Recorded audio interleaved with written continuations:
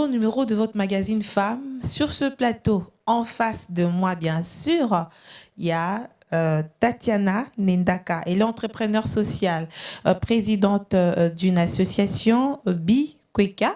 Oui, c'est bien ça. Bienvenue. Merci beaucoup. Vous allez bien? Très bien, merci. Alors, parlez-nous un peu de votre histoire avec cette association. D'où est venue l'idée de lancer une association caritative? Tout simplement, moi je suis née en fait en République démocratique du Congo en 1990. J'ai quitté le Congo en 91 lors des premiers pillages, donc j'ai essentiellement vécu toute ma vie en Europe. Ce qui s'est passé, c'est qu'en 2014, je suis venue en famille pour un mariage simplement de ma cousine qui se mariait au pays. Donc j'avais 24 ans à cette période-là, j'avais déjà un enfant, j'étais engagée. Je n'avais pas forcément d'attache au Congo, je veux dire, j'avais une famille qui vivait ici, mais pas d'attache vraiment particulière. Et disons que j'ai découvert le Congo avec mes yeux d'adulte. Et toutes les idées préconçues que j'avais par rapport au Congo, par rapport aux témoignages, et puis même ce qu'on voit à travers les médias, ont été balayées d'un seul revers pour moi, parce que je me suis rendu compte que c'était un mensonge, qu'ici, il y avait de l'espoir, que la population était, de ce qu'on peut dire parfois en Europe, c'est que la population Congo est un peu laxiste, qui se laisse aller, que si la situation est comme ça, c'est parce que les gens ne veulent pas travailler.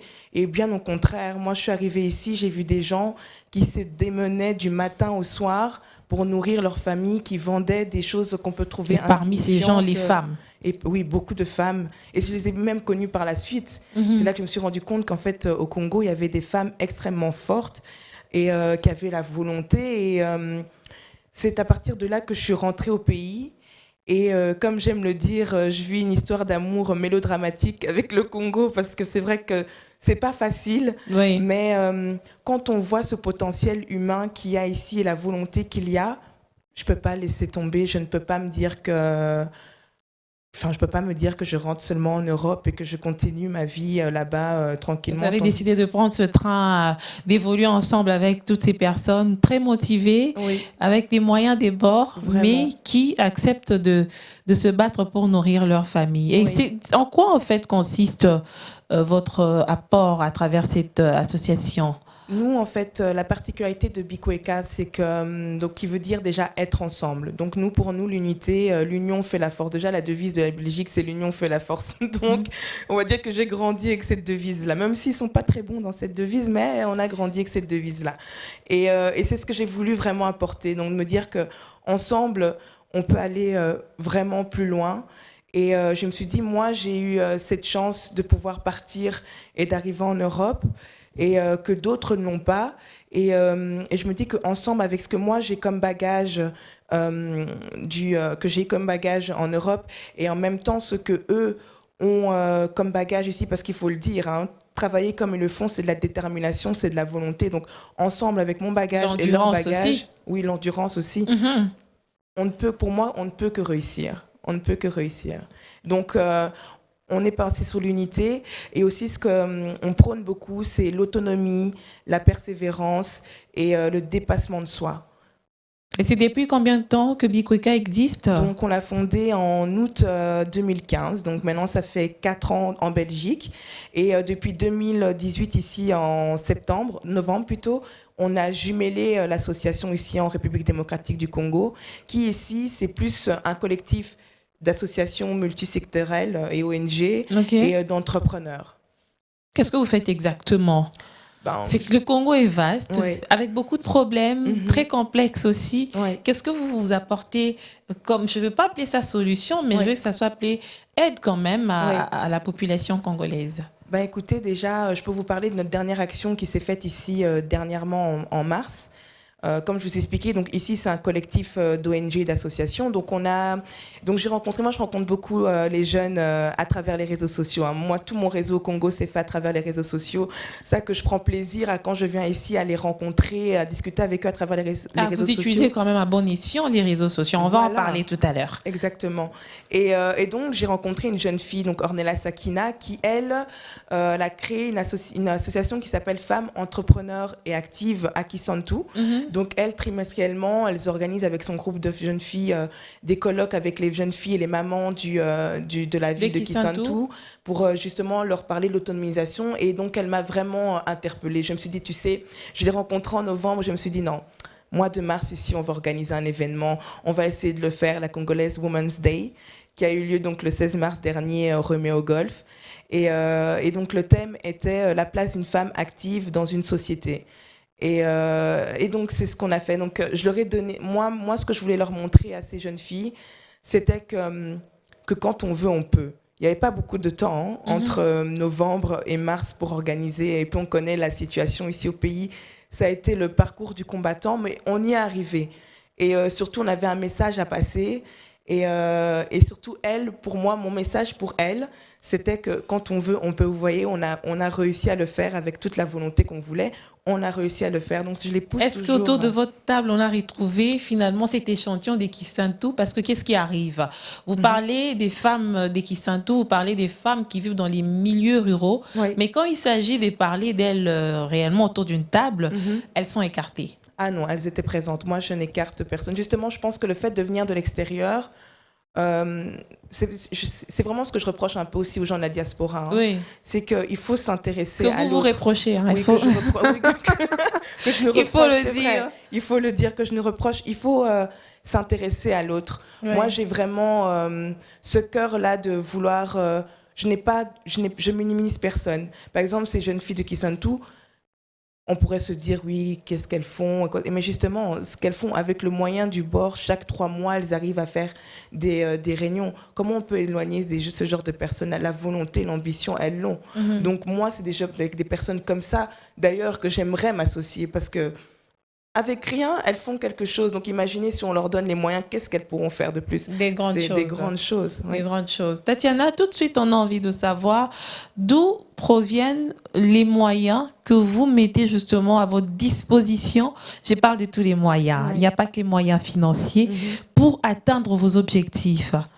Franchement, comme je l'expliquais tantôt, j'ai la chance de rencontrer de bonnes personnes sur les réseaux qui nous aident aussi de manière financière, mais aussi de manière pratique, c'est-à-dire, par exemple, pour l'événement, on a pu passer à la télé, on a pu faire la publicité de notre événement. Certains nous ont aidés, ne fût-ce que pour les affiches, les flyers, pour le filmage, les photos. Ça a été beaucoup on va dire de charité humaine qui a été... Et d'adhésion aussi? Oui, beaucoup d'adhésion, surtout pour ces jeunes filles de Kisantu, le FEA, la femme entrepreneur et active. Et c'est ça qui me fait plaisir, c'est que finalement, je me dis, voilà, votre combat continue et on est ensemble dans le collectif et... je sais pas, peut-être qu'un jour, on fera de toute façon une 2e édition, ce qui est sûr. Qu'est-ce qui vous motive le plus à vous intéresser à l'autre qui n'est pas forcément une identité dans laquelle vous vous retrouvez, mais l'autre parce que c'est un concitoyen, c'est un Congolais? Écoutez, vous voyez, comme je vous expliquais, hein, j'ai vécu en Europe et les Congolais en Europe, c'est compliqué de... Je sais pas en fait vous expliquer concrètement. Hein. Le sentiment que j'ai ressenti en venant en 2014, c'était vraiment de me dire, c'est des Noirs. Quand j'arrive à l'aéroport, un tableau sombre. Oui, j'arrive, il n'y a que des Noirs. Mais en plus d'être des Noirs, c'est des Congolais. C'est des gens comme moi. Donc, je me suis dit, je me suis sentie vraiment chez moi. Les gens qui étaient là, c'était vraiment comme des frères et sœurs. J'ai vraiment eu cet esprit patriotique qui s'est réveillé en moi où je me suis dit... parce que sincèrement, je faisais des études en Europe et je me disais, je termine, je vais au Canada parce que j'aimais beaucoup le Canada. Mon voyage ici a tout bouleversé. Je me suis dit, mais qu'est-ce que je vais faire dans ce grand froid? Je me dis que moi, j'ai ici des frères et sœurs, des gens qui me ressemblent et qui, en plus, sont un peu, on va dire, je vais le dire un peu grossièrement, mais dans la galère. Et moi, je me dis, je peux aider ces gens-là, on peut s'entraider et puis se trouver chacun un avenir commun. Tout à fait. On dit toujours qu'il ne faudrait pas me donner du poisson, mais il faudrait m'apprendre à pêcher. Exactement. La plupart des femmes ou des gens qui se retrouvent dans des situations où les ONG viennent en appui se retrouvent dans une monotonie où ils attendent de l'aide sans pouvoir se mettre dans une position où ils peuvent se prendre en charge totalement. Oui. Est-ce que Bikweka a cette initiative de pouvoir justement relever les femmes dans leur autonomisation de manière ferme? Oui, franchement, c'est leur apporter des outils pour pouvoir se développer. Comme vous l'avez bien dit, on n'est pas là pour leur donner du poisson, mais pour qu'elles apprennent à pêcher. C'est comme ces jeunes filles que je vous parlais de Kisantu.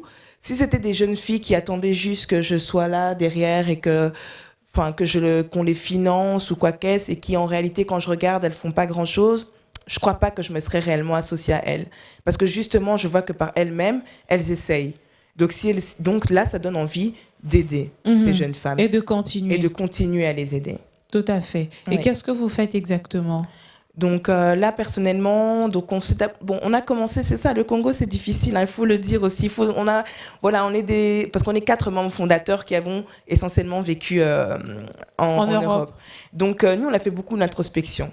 On a d'abord voulu commencer par Kinshasa. Et puis, on a vu qu'à Kinshasa, déjà, il y avait beaucoup de choses qui se faisaient. Il y avait déjà beaucoup d'associations. Il y en a tout plein. Et surtout de la diaspora. Hein. Et effectivement, et même sur place, ici, beaucoup d'ONG. On se dit, pourquoi venir encore, nous, ici à Kinshasa, en rajouter...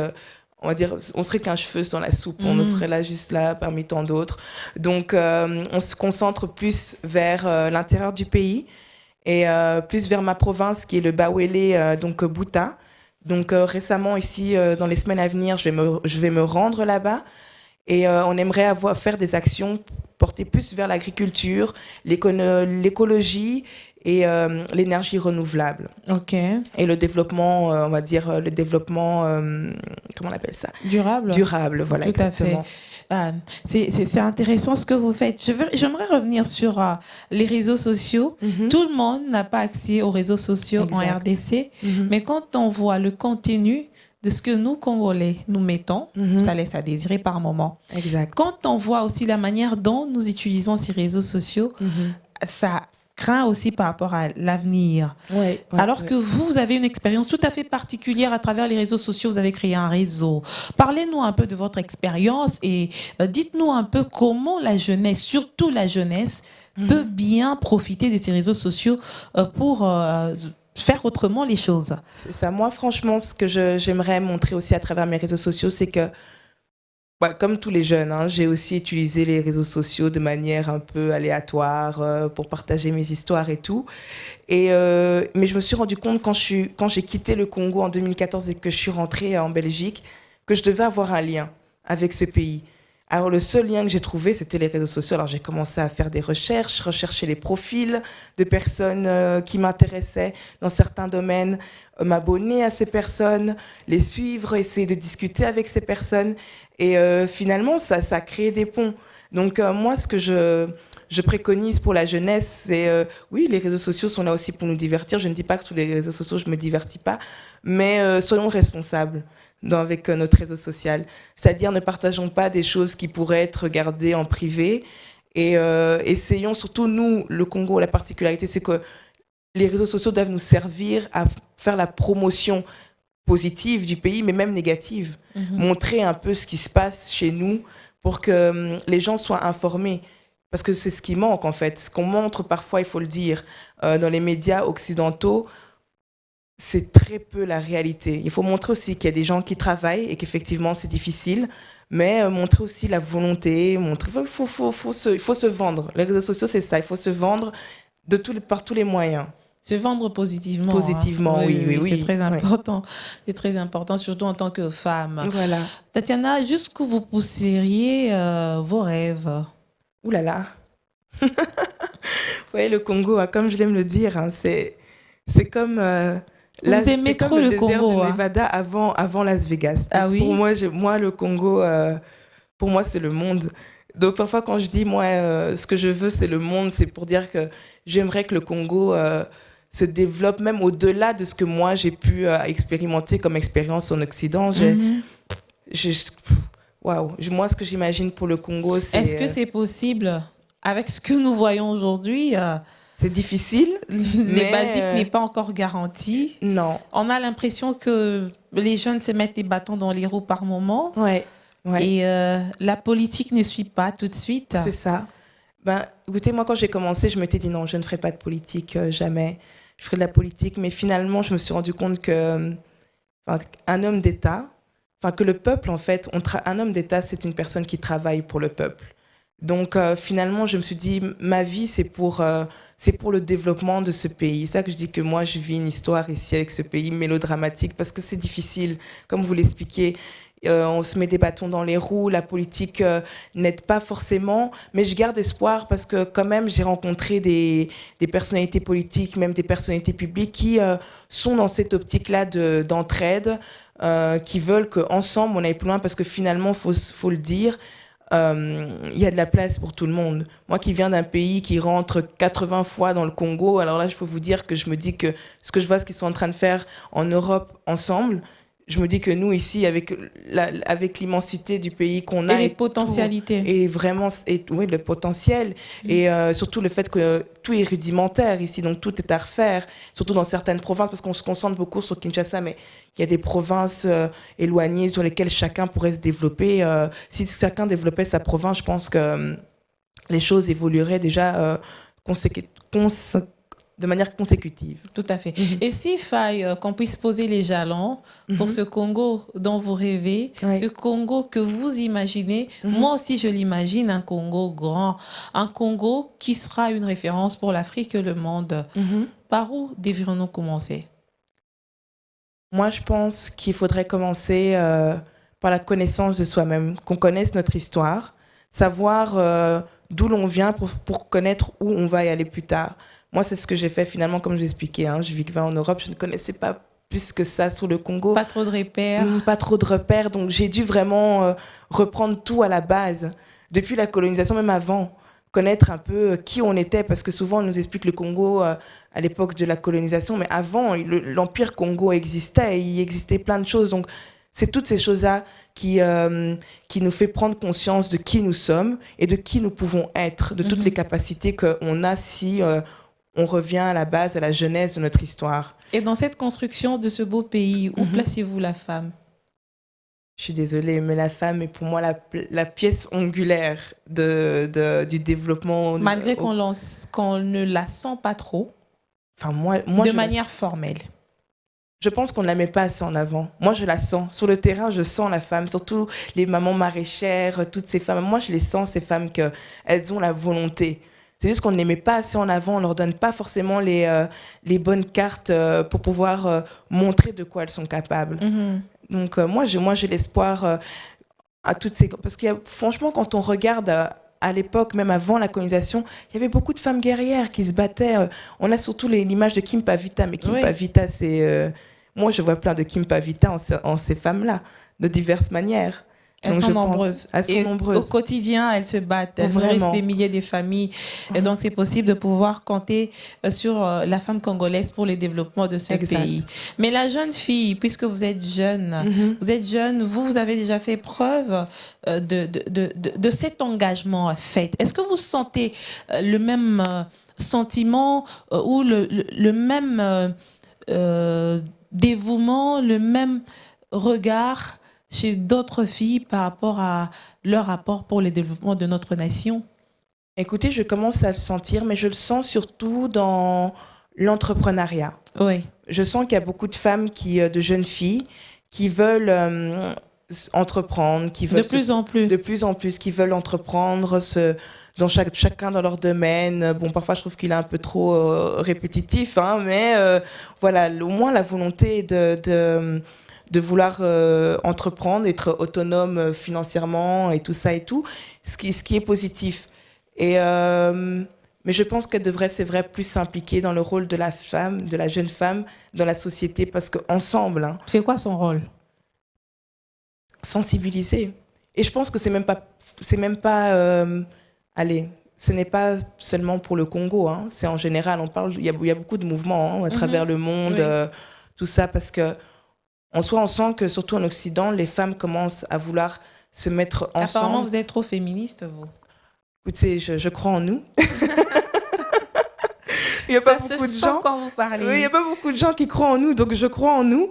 Donc oui, à un moment donné, il faut une part de féminisme. Et je laisse sa place à l'homme. Hein. D'ailleurs, c'est pour ça qu'à notre événement, dernièrement en mars, il y a des hommes aussi qui sont intervenus. Hein. Parce qu'il y a des hommes aussi qui sont conscients. Oui, il faut prôner l'égalité, il faut garder l'équilibre. Voilà. Et il y a des hommes qui sont conscients aussi que la femme est un peu mis, comme on dit, en mode mute, en mode silence dans certains sujets, ou qu'on la met surtout dans les sujets du genre, de l'enfance, peut-être culturel, or que dans d'autres domaines comme l'économie, la science, par exemple, les femmes, de plus en plus, elles doivent s'imposer. Je les adore. Moi, ces femmes-là, pour moi, je me dis qu'ici, il devrait y avoir des laboratoires avec des femmes scientifiques qui peut-être créeraient des médicaments contre la malaria, qui trouveraient des choses. On devrait vraiment prôner ça. Pas trop de femmes... elles font beaucoup de droit, beaucoup de marketing, de communication, c'est très bien aussi, hein, mais... il y a tellement de secteurs qui demandent qu'à être découverts. Et pour moi, pour la jeunesse, surtout pour les plus jeunes, hein, pour on va dire ceux qui sont en première, deuxième, secondaire, ou même en primaire, il faudrait les orienter vers ces secteurs-là. Mais c'est possible pour qu'elles puissent avoir justement des repères. Par moment, ça nous manque au sein de notre société. On ne sait pas auprès de qui nous référer pour puiser notre force, pour puiser nos énergies et pouvoir avancer. L'émission tend vers sa fin, déjà. Qu'est-ce que vous diriez peut-être à ces gens qui veulent adhérer à ce grand mouvement, à votre association, ou aux gens qui nous suivent ce soir, hein. Il y a des gens qui peuvent être démotivés, qui peuvent être découragés, qui ne savent pas par où commencer. Mais devant une Tatiana très enthousiasmée par rapport à son pays, très patriotique, on sent que vous êtes vraiment prête pour tout par rapport au Congo. Qu'est-ce que vous diriez à ces personnes? Je dirais à ces personnes que la réussite, c'est passer d'échec en échec. Donc finalement, il n'y a pas de petit ou de grand combat. La finalité, c'est ça le plus important. C'est où est-ce qu'on veut aller pour sa vie, pour soi-même, pour ses ambitions. C'est la destination finale. Et se donner toutes les armes possibles et imaginables pour y arriver. C'est la volonté. C'est la volonté. Le prochain événement des Bikwekas, vous avez dit que ça sera dans les Bazouélé? Oui, sûrement. Prochaine action? Parlons en termes d'action. Oui, je suis en train d'arranger ça avec le gouverneur Valentin Senga. Et on est en train de mettre ça en place. J'espère vraiment pouvoir faire quelque chose début d'année prochaine. Déjà. Alors, on souhaite que ça marche et que ça puisse encore porter des fruits et que vous puissiez atteindre vos objectifs. Merci. Merci beaucoup. Merci à vous également, chers téléspectateurs.